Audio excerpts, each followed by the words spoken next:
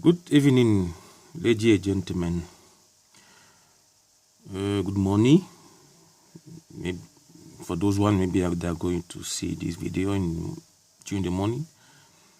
I'm happy to be part of the groups. You see now, and because of the big crisis that we are all facing, all the world is facing. So, guys,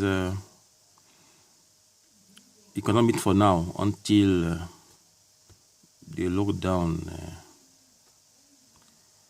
Until the lockdown goes off. So, guys, we have to continue our lessons. We have to continue working. We have to continue study.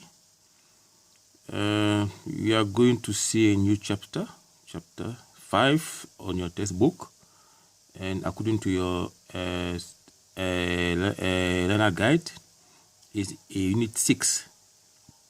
We are going to talk about the heat engine cycle.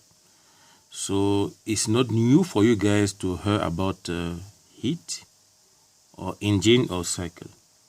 So you talk about all those 3 terms on chapter 1, 2, 3, and 4, and now you are in 5. Good. Now, guys, you are going to talk about another cycles, because remember that you talk about one of those cycles in chapter 5. Chapter 4. And now you are going to see now others cycle, and now you are going to see that in those cycles you are going to see that most of them has more than 3 processes, because remember that the more cycle that you see in chapter 4 and 3, it was only carrying either one process or 2 process and 3. But now in this chapter you are going to see a cycles or a different cycle that has more than 3 process. The first one is the Carnot.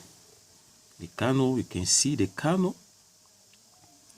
Then here you have a note, so that is a more efficient possible cycle. Is the one is with all the supply at a fixed higher temperature and is released at a lower fixed temperature. See, and the Carnot cycle is consisted of 2 isothermal processes joined by 2 adiabatic processes. So if you add the 2 for each process, you get 4. So you have 2 isothermal process and 2 adiabatic process. So in sum, it gives us 4 process. 4. So by dividing by 2, you have isothermal with 2 and adiabatic with 2. Now you can see this is a Carnot cycle, who is sketching on the TS diagram. TS diagram. This is a temperature. This is a entropic. If you remember, you talk about entropic on chapter 4. Now you have it there, and then you can see that the Carnot is set from here 1, 2, 3, and 4, and come back to 1. So this is how this Carnot cycle is sketched in the TS diagram. You see, so if you have a problems, and then whereby you need, if is if is asked is asking for you to sketch the GS diagram or the Carnot cycle in the GS diagram. Now this is what you have to do. Okay, yeah, you must draw this one. And then now here you have from 1 to 2 is isentropic expansion process, because it's going down. Is from 1 to 2 is going down. Now to 2 to 3, you see 2 to 3 is isothermal, mean that at this process is where the heat is released from the system. And then from 3 to 4 is isentropic compression, so mean that now it's going up, so it's compress the fluid until it's reached 4. And then from 4 to 1 is isothermal heat. So now the heat is supply. You see, the heat is supply. That's why you see this direction, mean that the heat is coming inside. It's coming, the heat is coming inside. So mean that the heat is supplied to the system, and here is released. So mean that is rejected from the system. That's why you see Q2 is going out and Q1 come in, because from 4 to 1 is a heat supply. So during the isothermal process, so you have this one. Okay, and then you have formulas, because more the times it's asked for to calculate the cycle efficiency of the cycles, and then to find it, so you have this formula, and you have this one, or you have this one. So now you can use this one either if maybe you have a work done, or maybe if you can calculate the work done, is fine. You can use it. And to get your heat supply, you use this formula that you have here, and then the same way here to get the sum of the heat. The sum of the heat, you see, when you say the sum of the heat, it means that is Q1 plus Q2. So it's Q1 plus Q2 divided by Q1. So to get it, you use this one, this formula. Okay, now, or if you have a temperature that are given on point 1 and on point 2, you can also get the cycle efficiency for the Carnot cycle. Now you have this. Now it can happen that you can have a system that is dealing with a wet vapor, and the cycle that the system the cycle that now the system is developing is a Carnot cycle. Now it's dealing with a wet vapor. If is asking for you to sketch the Carnot cycle for a wet vapor inside in the chair diagram, first of all you draw your curve, and now you draw your process, your process inside. You see the way it is here. This is how it should be for all problem that is talking about Carnot cycle with a wet vapor.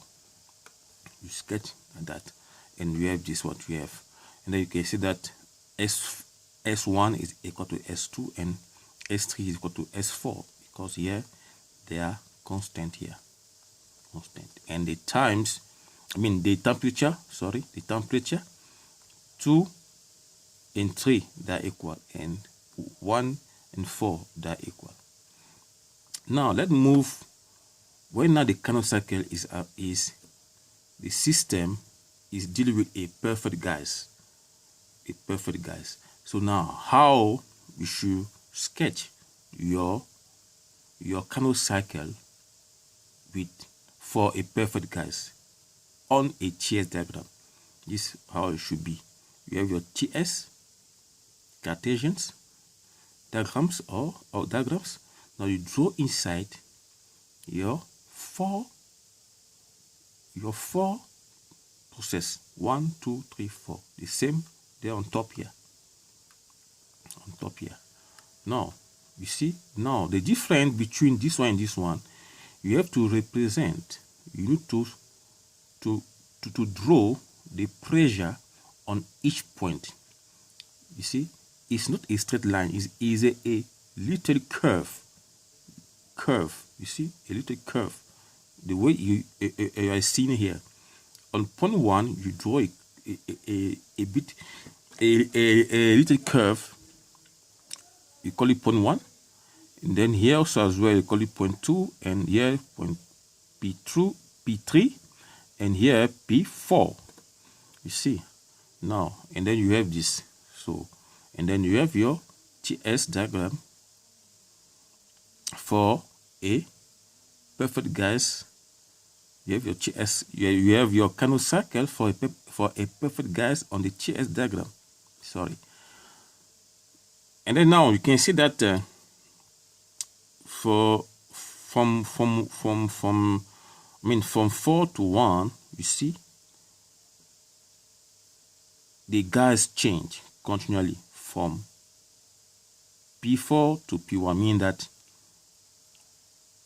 you see it's moving here during the isothermal process, and from point 2 to point 3 also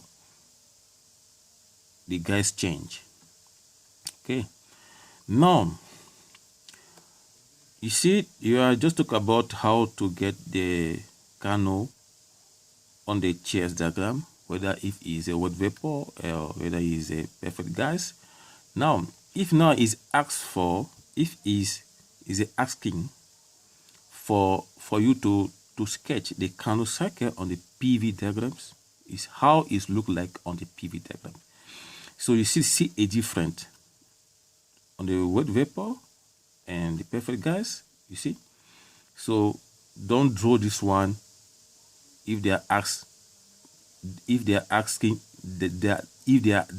if is asking for you to sketch the Carnot cycle. So don't draw this one. If they said if is asking to sketch the Carnot cycle on the PV diagram, this is how it should look like. It's not a square box. Yeah, it should look like. So guys, make different. It should be clear so that guys don't get confused. Okay, yeah. If it's on the TS, how it should be the square box. You see, now it depends on if it's a perfect, it should be like that, or if the wet vapor should be like that. Now, if it's on the PV diagrams, is how it should be. You see, if you start somewhere here, you draw your curve 2, and then do another curve 3, and from 3 another, you continue the curve until 4, and another curve until you reach 1.